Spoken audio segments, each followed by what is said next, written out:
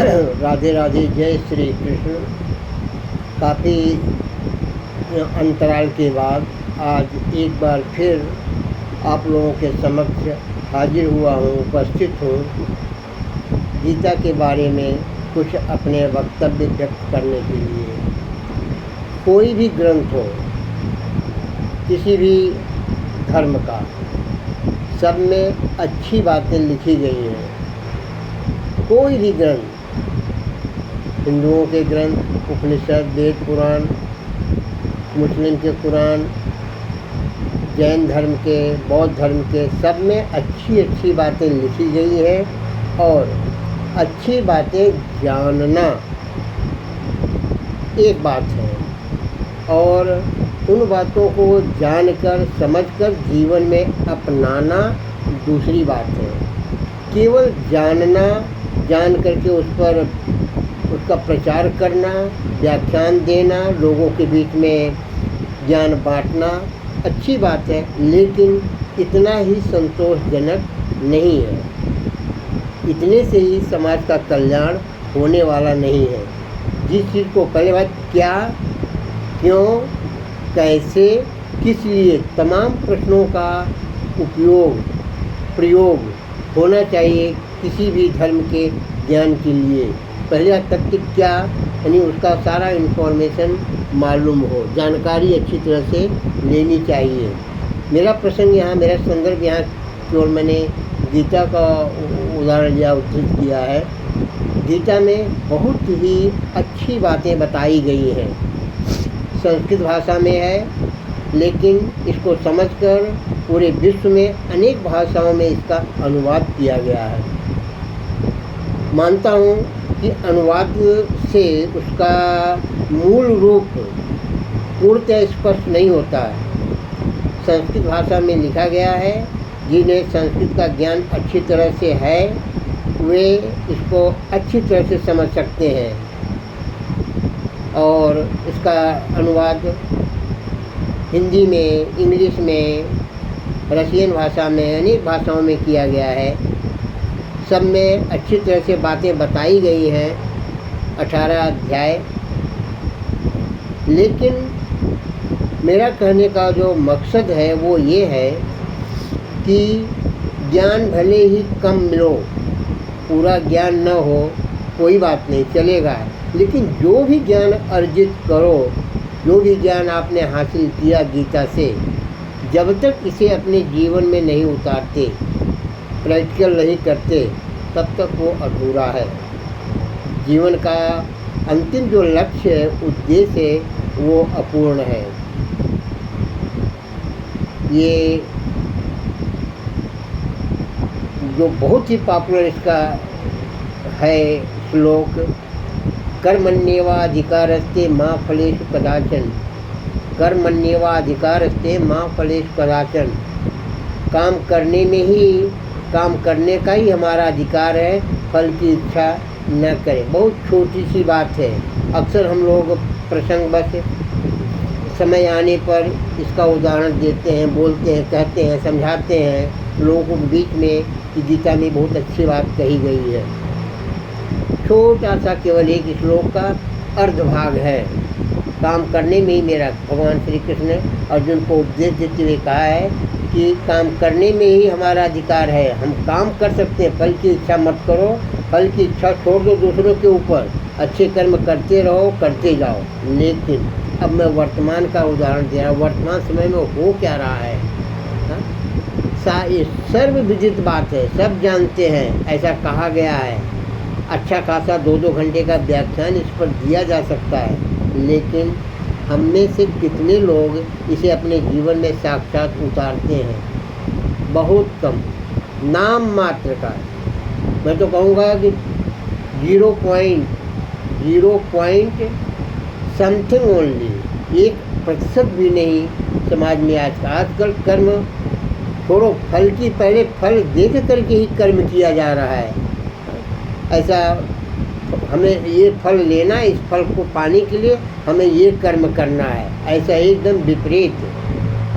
कर्म प्रधान होना चाहिए, यहाँ कर्म प्रधान नहीं है, यहाँ फल प्रधान है। ऐसे ही तमाम जो श्लोक हैं गीता में आत्मा के बारे में जिसे कहा गया है कि नैनम छिंदंति शस्त्राणि न चैनम क्लेदंत्यापो न शोषयति मारुति, ऐसा कुछ है, मुझे पूरा अच्छी तरह से नहीं याद है। आत्मा के बारे में ऐसे है कि जैसे शरीर से हम कपड़े बार बार उतारते हैं, पुराना हो जाता है, फट जाता है, छोड़ देते हैं, फिर नया धारण कर लेते हैं, ऐसे ही हमारा ये आत्मा है। एक शरीर, एक चोला पुराना हो गया, छोड़ के दूसरे में अवतरित हो जाता है। 3 प्रकार के कर्म हैं, संचित, प्रारब्ध, वर्तमान, तमाम चीज़ें बातें बताई गई हैं गीता में। लेकिन फिर वही प्रश्न आता है, हम मानते कहाँ हैं? बुजुर्ग लोग तो मानते भी हैं, पुरानी पीढ़ी है जो उनको तो इस पर श्रद्धा आस्था है भी, लेकिन आज का जनरेशन जो डिजिटल जनरेशन है, पाश्चात्य दर्शन से प्रभावित पीढ़ी जो वर्तमान में चल रही है, ये तो बिल्कुल करंट में जीना चाहती, करंट में, वर्तमान में, अभी का अभी उनको फल चाहिए, चट मंगनी पट ब्याह, देर नहीं होना चाहिए। उनके मन में जो आया वो कर डालेंगे। उन्हें अपने लंबी उम्र का भी, वो लंबी उम्र की ख्वाहिश भी नहीं है कि लंबी उम्र तक जीवन जिए, कुछ नहीं। ये वर्तमान पीढ़ी बहुत ही अजीब है। और आज कल 100 वर्ष की उम्र पूरी हो, कौन जी रहा है? औसत आयु भी घट गई है। मोस्टली जो है 60 to 70, 65 ईयर्स मैक्सिमम लाइफ है। और अभी की जो पीढ़ी चल रही, जो वर्तमान की जो 20 से 23 वर्ष के, 30 वर्ष की उम्र वाले नवयुवक हैं, इनका तो कुछ कहा ही नहीं जा सकता। इनका रहन सहन, खान पान वो ऐसा नहीं। गीता के अनुसार हमारा सतोगुण, रजोगुण, तमोगुण, हमारे 3 प्रकार के अन्न होना चाहिए, सात्विक, राजसी, तामसी। सात्विक भोजन सर्वोत्तम माना गया है, फिर राजसी भोजन, फिर तामसी भोजन। हमें तो लगता है ऐसा है कि सात्विक भोजन का तो प्रचलन ही बंद हो गया, सब जगह राजसी भोजन और इसके बाद तामसी भोजन, सात्विक भोजन तीसरे स्थान पर कहाँ पालन हो रहा है। और उसी तरह से उत्पादन भी, खेतीबाड़ी का जो उत्पादन, जो अन्न उत्पन्न हो रहा है, उसमें पोषक तत्व कहाँ है? सब कुछ उलट पुलट गया है, उथल पुथल हो गया है। और है भी, गीता का भी तो ये है, विनाश होगा तभी तो फिर से सृष्टि की रचना होगी। इस तरह से मेरे मन में जो प्रश्न आया, थोड़ा बहुत समय हो गया था। इसके पहले मैं अपने हर सीरियल में एक दुआ, क्या कहते हैं, एक खंड का एक श्लोक लेकर के उस पर 5 मिनट अपना वक्तव्य देता था। फिर इसके बाद में मैं प्रत्येक अध्याय का 18 अध्याय, प्रत्येक अध्याय का फर्स्ट अध्याय का पूरा मैंने 5-5, 10-10 श्लोक लिया और फिर बीच में व्यवधान आ गया, छोड़ दिया। फिर हो गया, कोई अच्छा रिस्पांस भी नहीं मिला। लेकिन मुझे स्वतः मानसिक संतुष्टि मिलती थी। मुझे संतोष होता था कि कुछ सीख रहा हूँ, कुछ जो पढ़ा हूँ, लिखा हूँ, अपनाने की कोशिश भी कर रहा हूँ। और ज्ञान लेना, ज्ञान देना, ज्ञान बांटना एक परम धर्म है। तो इस कर्म में लगे रहना अच्छी बात है।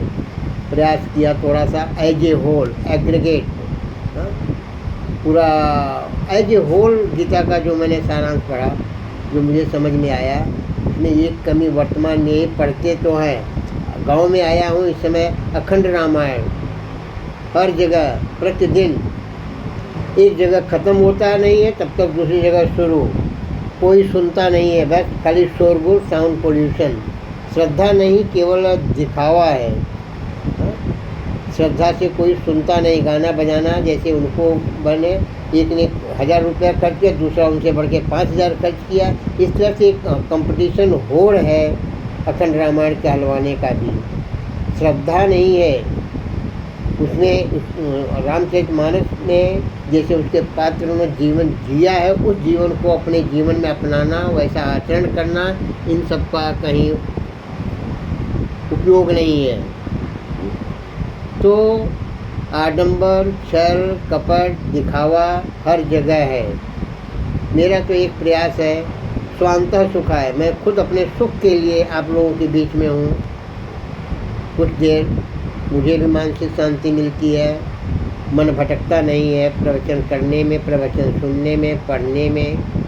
और मुझे मालूम भी है कि मेरा ये बात लोगों को अच्छा भी नहीं लगता, तरह तरह के आलोचनाएं आती हैं, लेकिन कर्म करना है, फल की इच्छा नहीं करना है। उसी तरह से कुछ कह करके शांत हो रहा हूँ। राधे राधे। जय श्री कृष्ण, जय श्री कृष्ण, जय श्री।